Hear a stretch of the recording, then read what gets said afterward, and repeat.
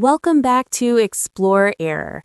In this video, we'll guide you on how to update network drivers in Windows 11 or Windows 10.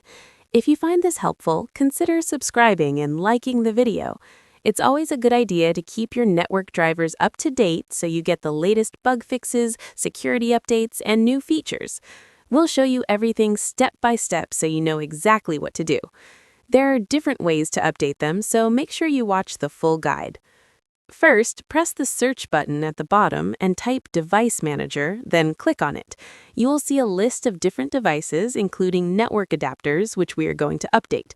Scroll down and find Network Adapters, then click the arrow on the left to expand it. Now you'll see different adapters listed. Make sure you select the correct one. Your Wi-Fi adapter may have a specific name like 1219IL, while the Ethernet adapter name can be more general. For example, mine is Realtek Gaming Family Controller because my motherboard uses Realtek. Once you find the correct adapter, right-click on it and select Update Driver. Then choose the Automatic Search option. Windows will check if any new driver is available. If it says the best drivers are already installed, you can try another method.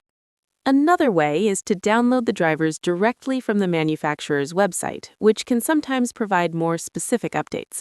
The best way is to download the motherboard drivers for Ethernet, since that's what it usually uses. If your Wi-Fi is built into the motherboard, like on most laptops and some desktops, you can download drivers for that as well. If it's a separate Wi-Fi adapter, you can search for its exact name. To find your motherboard details, press Search again and type System Information. Open it and look for the baseboard information. There you'll see the product name and manufacturer.